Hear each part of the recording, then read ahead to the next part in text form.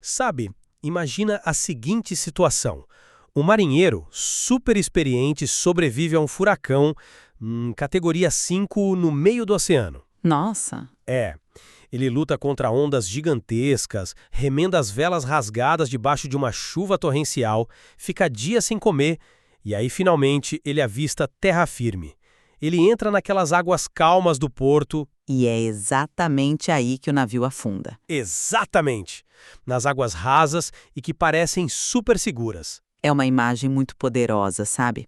A ironia trágica de sobreviver ao pior da tempestade lá no mar aberto só para naufragar na calmaria a poucos metros do cais. É frustrante. E o pior de tudo é que a gente vê isso acontecer o tempo todo na recuperação de dependentes químicos, né? O tempo todo mesmo. São as águas calmas que escondem os recifes. Bom, bem-vindos ao Debate. Hoje a gente vai olhar com uma lupa para esse exato momento. A transição de um ambiente terapêutico protegido, como uma clínica, de volta para a complexidade do cotidiano. O famoso momento da alta. Exato. Há um consenso clínico de que a alta não é uma cura. E definitivamente não é o início de umas férias de verão, sabe? Na verdade, a própria casa do paciente pode se tornar o maior facilitador de recaídas. Com certeza. A grande tensão sobre esse retorno para casa é onde a gente deve focar os esforços para evitar esse naufrágio no porto. A família, de repente, tem o paciente de volta na sala de estar e a pergunta que fica no ar é tipo, como a gente vive agora? Atualmente vou defender essa linha aqui hoje. E eu vou pelo caminho oposto, claro. Eu defendo que de nada serve essa estrutura toda se a família manter o paciente refém da codependência. Para mim, a desconstrução dessa hipervigilância e o foco na autonomia emocional do paciente são os verdadeiros divisores de águas. Bom, olhando para a biologia e para o comportamento, eu defendo que a estruturação ambiental e as regras objetivas são absolutamente vitais. O cérebro de um dependente químico recém-saído da internação, ele está fisicamente alterado. Alterado sim, mas Pensa no córtex pré-frontal, sabe? Aquela parte do cérebro responsável por frear impulsos e tomar decisões racionais. Ele está exausto, está danificado. Sem um andaime externo de regras para dar suporte a esse cérebro em cicatrização, a recaída é quase uma certeza matemática. Olha, eu entendo a necessidade de ordem, mas eu venho de um ângulo bem diferente. De que adianta essa rotina milimétrica, essa estrutura física perfeita, se a família asfixia o cara com uma hipervigilância constante? Mas a família está tentando proteger. Eu sei, mas a família frequentemente tenta ser a salvadora da pátria, né? E acaba infantilizando o paciente. A autonomia emocional do indivíduo e, crucialmente, o tratamento obrigatório da própria família para lidarem com seus traumas é isso que determina o sucesso a longo prazo. Tá, mas vamos destrinchar a parte biológica primeiro. A dependência química é uma doença crônica, progressiva e incurável. É igual diabetes ou hipertensão. Pensa num paciente diabético. Ele não tem alta do hospital depois de uma crise de hipoglicemia e vai direto comer um bolo de chocolate gigante para comemorar, né? A alta exige um plano de manejo ali, contínuo, em casa. Sim, ninguém discorda do plano de manejo. Então, na dependência, o momento da alta exige a implementação de um plano de emergência estruturado. E a rotina, nesse caso, não é simplesmente tipo arrumar a cama ou ter hora para almoçar. A rotina é o que substitui o imenso vazio de tempo e propósito que a droga deixou. Você tocou num ponto interessante sobre preencher o vazio, mas me preocupa muito a forma como a gente tenta fazer isso. Transformar a casa num quartel-general, sabe? Com horários militarizados. Isso frequentemente sai pela culatra. Por que você diz isso? Porque quando a família tenta controlar cada micropasso, eles não estão criando uma rotina saudável. Eles estão basicamente transferindo o vício. O paciente para de responder à substância química e passa a responder muitas vezes com rebeldia a esse controle opressivo. Ah, mas isso é uma minoria dos casos. Não é, não. Pensa no caso da Joane e do Lucas que a gente leu no material. O Lucas sai da clínica e a mãe dele imediatamente resolve absolutamente tudo para ele. Ela renegociou as dívidas dele, certo? Sim, ela renegocia as dívidas, ela liga para os velhos amigos para avisar que ele não pode sair, ela arranja um emprego para ele na loja do tio. Mas, venhamos e convenhamos, ela tá tentando limpar o terreno. Ela quer que ele só precise focar em não usar drogas. É instinto de mãe. Ela aciona na cabeça do Lucas. É a atrofia da autorresponsabilidade, sabe? Ao atuar como uma retroescavadeira, tirando tudo da frente, a Joana impede que o Lucas desenvolva a resiliência emocional dele. Entendo. É o perigo da codependência. Essa asfixia disfarçada de cuidado não protege o cérebro, ela ativa o sistema de ameaça do sistema nervoso central. Gera uma ansiedade crônica, que é o exato gatilho para a recaída. Olha, eu entendo perfeitamente o perigo de superproteger. Ninguém quer infantilizar o paciente. Mas a gente precisa olhar por que acontece quando há falta de estrutura, que é um perigo muito mais imediato no primeiro mês pós-alta. Você diz o ócio? Exatamente. O sistema dopaminérgico de quem usou substâncias por anos está totalmente desregulado. A droga inundava o cérebro com picos absurdos de dopamina. Em casa, o cérebro experimenta uma seca, um deserta de dopamina. Lembra do caso da Sofia? Lembro, claro. A família achou que ela só precisava descansar. Exato. Com a melhor das intenções. Eles pensaram, ela passou 6 meses numa clínica cheia de regras rígidas, terapias super difíceis. Vamos deixá-la em casa à vontade, de pernas pro ar para relaxar. Tiraram até o despertador dela. Tiraram o despertador, não cobraram nenhuma tarefa, deixaram ela passar o dia inteiro no sofá vendo TV. E por que a Sofia recaiu tão rápido? Porque a ociosidade não é só ficar à toa. O cérebro dela caiu num abismo químico. Uma rotina de tarefas simples, tipo acordar no mesmo horário, lavar a louça, cuidar do jardim, ir ao grupo de apoio.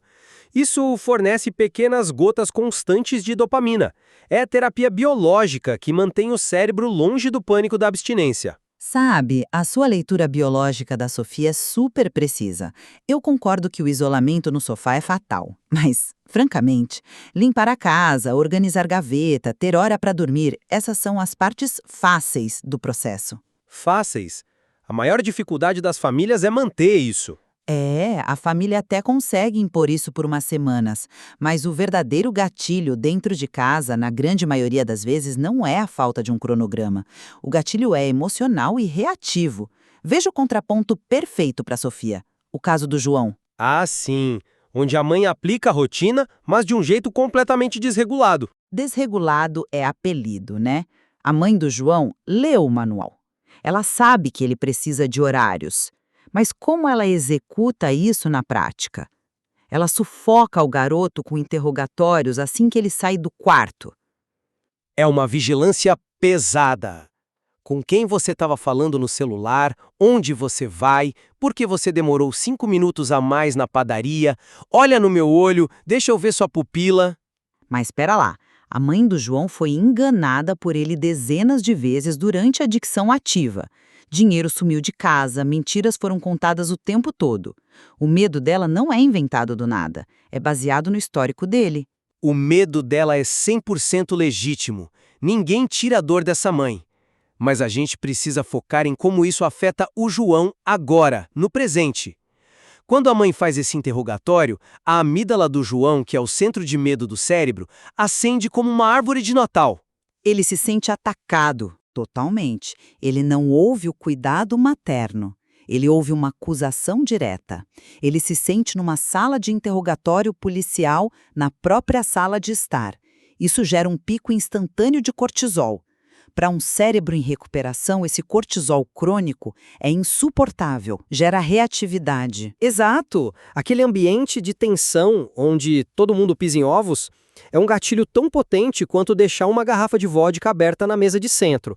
Ele não recai porque acordou tarde, ele recai porque não tem ferramentas para lidar com essa panela de pressão emocional. Isso é um ponto fantástico porque nos leva direto ao coração do que deve ser a estrutura correta.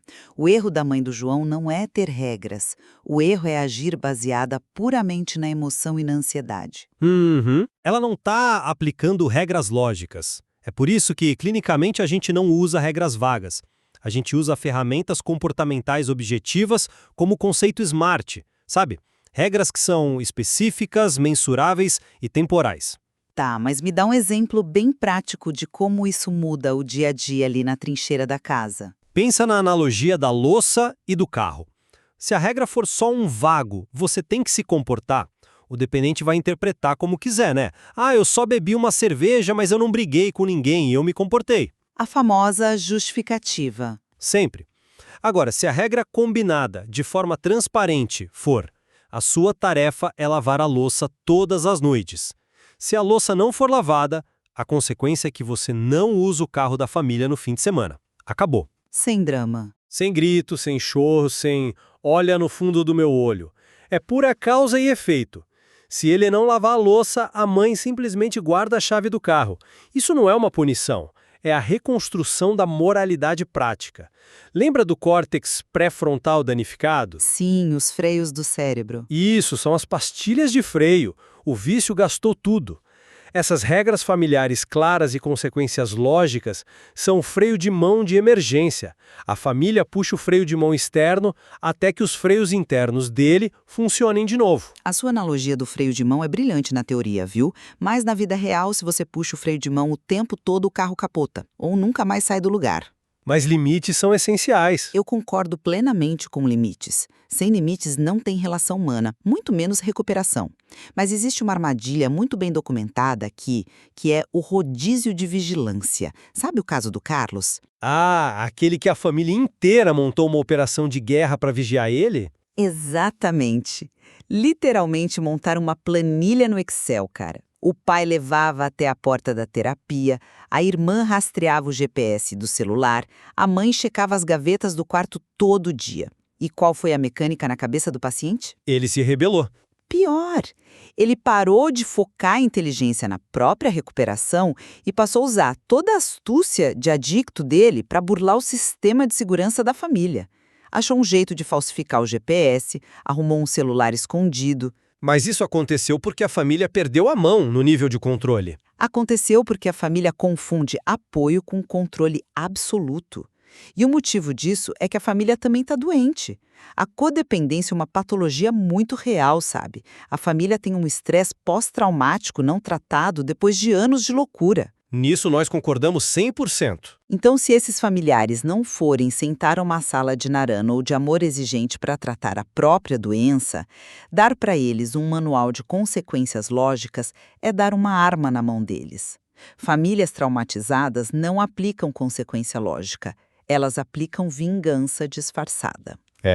Eu não vou discordar da necessidade urgente de tratamento para a família. A psicoeducação familiar é o pilar das abordagens de hoje. Se a família não entende, ela atrapalha. E como atrapalha? Mas veja por que a gente volta para a necessidade do método e do acompanhamento clínico rigoroso. Isso nos leva a um fenômeno muito assustador que acontece ali pelo 2º ou 3º mês de alta. A ilusão da cura. Ah, o famoso efeito lua de mel da recuperação. Perfeito. O cérebro do paciente começa a se recuperar quimicamente. Ele volta a dormir bem, ganha um peso saudável, consegue rir das coisas. E aí surge uma distorção cognitiva terrível. Ele pensa, pronto, tô curado. O vício foi só uma fase ruim. E ele acha que pode voltar a viver como se nada tivesse acontecido. É o caso do Marcos. Ele saiu da clínica, ficou firme nas reuniões nos primeiros 60 dias e de repente começa a racionalizar tudo. Ele abandona a terapia, não vai mais para o grupo. Por quê? Porque ele se acha forte o suficiente para ir num barzinho com os velhos amigos e pedir só um refrigerante. Ele acredita que tem o controle, que na verdade ele nunca teve. Exato. E é aqui que a continuidade implacável do tratamento clínico, tipo a terapia cognitivo-comportamental, salva a vida do cara. A TCC não é só para desabafar. Ela ensina a rastrear o pensamento inocente, tipo, vou só tomar um guaraná no bar, que vai virar nostalgia e que em 3 minutos vira uma fissura esmagadora. Você não pode depender apenas da força de vontade de alguém cuja doença afeta exatamente o centro da vontade no cérebro. A disciplina de ir ao grupo tem que substituir a motivação naqueles dias que o cara não quer se cuidar. Olha, é inegável que a TCC ajuda a quebrar esse ciclo. Mas eu quero puxar esse fio do efeito lua de mel, porque você já parou para pensar de onde muitas vezes nasce essa ilusão de que o paciente está magicamente curado? Geralmente do próprio ego do dependente, que se infla de novo. Também. Mas, frequentemente, essa negação parte da própria família. O paciente não inventa essa ilusão no vácuo. A gente vê isso muito claro no caso do Pedro. Aquele do jantar enorme de boas-vindas? Esse mesmo. Pensa bem, o Pedro sai da clínica, os pais estão exaustos de tanto sofrimento. Eles querem desesperadamente virar a página. Aí eles organizam um jantar gigantesco. Chamam tios, primos, vizinhos. Eles queriam celebrar o esforço dele, é natural. A intenção é linda. Mas, o impacto psicológico dessa celebração toda, no mecanismo interno do Pedro, nossa, foi devastador. A mensagem que não foi dita naquele jantar era: você tá curado, não traga mais nenhum problema para dentro dessa casa. Uma pressão gigante. O resultado foi que o Pedro desenvolveu uma síndrome do impostor esmagadora. Ele estava morrendo de medo, tinha dias de fissura intensa. Mas como é que ele vai sentar na mesa do café da manhã e falar: pai, mãe, eu não tô bem hoje, tô morrendo de vontade de usar droga? Ele não pode falar porque a família já decretou que a doença acabou. Tiraram o elefante da sala fingindo que ele sumiu. Exatamente. E ao fingir que não tem doença, eles jogam o Pedro num isolamento profundo. A recaída não começa quando o cara levanta o copo. A recaída emocional acontece semanas antes. Ela acontece no silêncio imposto por essa expectativa irreal da família. A sua análise da pressão no Pedro é cirúrgica, eu admito. A negação familiar realmente empurra o paciente para o abismo do silêncio. Mas a gente precisa cruzar essa visão com a realidade neurobiológica imediata. Como assim? Quando o Pedro está nesse isolamento de síndrome do impostor e o cérebro clama pelo alívio artificial da droga, o que segura o Pedro de atravessar a rua e comprar cocaína? Não é a esperança de falar dos sentimentos com a mãe. Mas falar do sentimento esvazia a panela de pressão? Diminui o gatilho? Diminui, sem dúvida. Mas no calor do momento, na hora da fissura aguda, o que segura ele é o fato de que às 19 horas em ponto, ele tem o compromisso de estar sentado numa cadeira de um grupo de mútua ajuda. É o fato de que a regra da casa diz que ele não anda com cartão de crédito no bolso. Entenda onde você quer chegar. Autonomia emocional é o nosso objetivo de ouro, sabe? Ninguém quer que o cara dependa de regras pro resto da vida. Mas nos primeiros 6 meses esperar que um cérebro quimicamente desequilibrado tome a decisão certa só pela inteligência emocional é pedir para alguém que operou o fêmur correr uma maratona porque tem força de vontade. A regra é o andador. É uma ótima analogia estrutural, mas o perigo de usar a muleta por tempo demais é que o músculo atrofia de vez. Se a família blinda o cara de qualquer estresse da vida adulta, a gente gera a transferência da dependência. Como eu disse, o foco clínico é ir soltando essas rédeas gradualmente. Sim, mas na prática o paciente passa a ser dependente das regras e da vigilância da mãe. Ele não aprende a dizer não para o traficante lá fora, ele só aprende a obedecer aos pais dentro de casa. E a sociedade, o ambiente de trabalho, o trânsito, nada disso vai ter regras adaptadas para proteger a sobriedade dele, entende? Entendo, e acho que chegamos num ponto de reflexão riquíssimo, onde nossas visões realmente se complementam pelo atrito, né? Com certeza. Deixa sintetizar a minha perspectiva então. Perante essa desorganização tremenda que o vício causa no cérebro e na moral do indivíduo, a compaixão mais profunda que uma família pode oferecer na alta não é achar que está tudo resolvido. A verdadeira compaixão é a continuidade implacável de um tratamento clínico estruturado. Regras claras, consequências lógicas, não para punir, mas para servir de andaime para que aquele cérebro machucado tenha tempo de cicatrizar. É muito coerente. E da minha parte, o que me parece inegável, especialmente a longo prazo, é que regras sem autonomia criam prisioneiros dentro de casa. A hipervigilância não é cuidado, é a máscara da codependência. A sobriedade real só floresce quando a família tem a coragem de soltar esse controle, vai tratar as próprias dores em grupos de apoio e permite que o paciente enfrente a vida real, com suas frustrações, sem ser salvo o tempo todo. Fica muito claro para quem está ouvindo que a alta de uma clínica é, no fim das contas, só o começo de uma jornada gigantesca. Não tem mágica, né? Nenhuma. A casa vira o epicentro, pode ser o maior facilitador de cura ou o maior gatilho do mundo. É um ato de equilíbrio super delicado entre apoiar e soltar. É um desafio monumental. Voltando à nossa imagem inicial, quem sobrevive à tempestade precisa entender que as águas calmas do porto exigem outro tipo de navegação. Requerem um barco sólido, claro, mas também a inteligência de saber a hora certa de soltar as cordas. Bom, agradecemos por você refletir com a gente sobre essas águas tão complexas. Muito obrigado por nos acompanhar em O Debate. Até a próxima.